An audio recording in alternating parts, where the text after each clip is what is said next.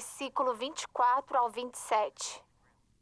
Eu não consigo tirar a minha mente disso. Eu entendo que o versículo 24 está falando, mas o 25, 26 e 27 eu não entendo muito bem. Então eu vou desligar e ouvir o que vocês têm para dizer. Muito obrigada por ter ligado. Por favor, coloque esses versículos na tela.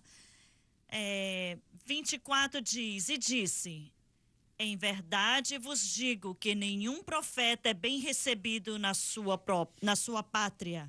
Em verdade vos digo que muitas viúvas existiam em Israel nos dias de Elias, quando o céu se cerrou por 3 anos e 6 meses, de sorte que em toda a terra houve grande fome. E nenhuma delas foi enviado Elias, senão a Serepta de Sidom e uma mulher viúva. 27. E muitos leprosos havia em Israel no tempo do profeta Eliseu, e nenhum deles foi purificado, senão Naamã, o sírio. Bem, eu acho que ela não está entendendo estes versículos. Olha como são relacionados. Número 1, começando no versículo 24.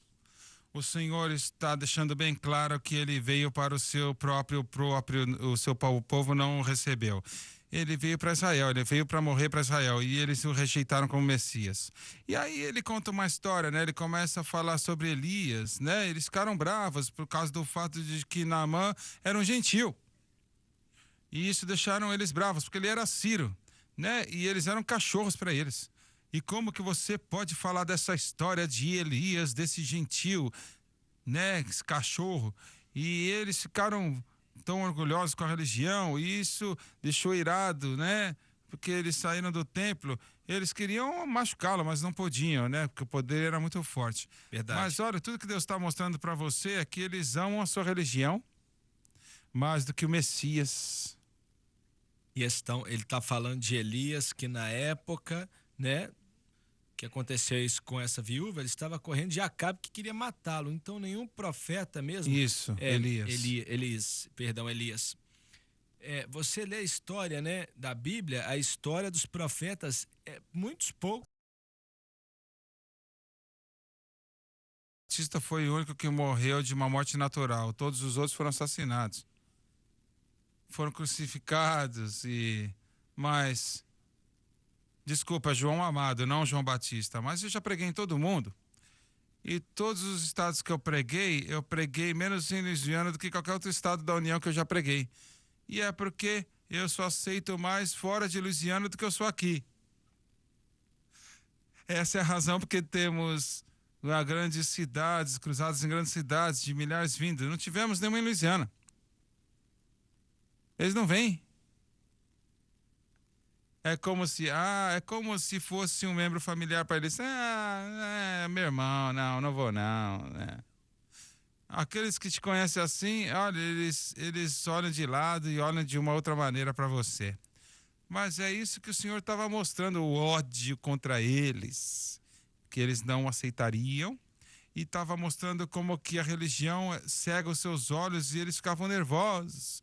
Eles tinham que estar felizes por causa que esse leproso foi curado, mas porque ele era um gentil, eles ficaram nervosos que algo bom aconteceu para os gentios. Como que você pode falar disso na sinagoga? Você está blasfemando a palavra de Deus. Então mostra o ódio da religião. Esse é o propósito desses versos. Acho que também temos que olhar para o fato que quando falamos de muitas viúvas, né, multidões de viúvas, e os líderes religiosos pensavam, nós temos os números, temos o apoio do povo, Jesus, você tem um pouquinho de gente aí, mas não é a grandiosidade das pessoas, da multidão, mas ele foi para aquela que tinha um relacionamento com ele.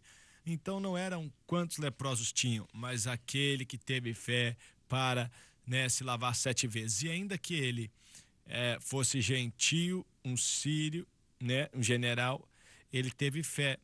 Então Jesus não estava agarrado com número, com autoridade, líderes religiosos, aquilo para ele não era nada.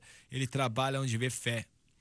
E outro detalhe também é que esses eram gentios e ele estava dando a eles, né? Vocês me rejeitaram, mas eu vou fazer assim mesmo, buscando gentios. Ele falou, vim para os meus, não me receberam, mas todo aquele que recebe ele é chamado de poder de filho de Deus.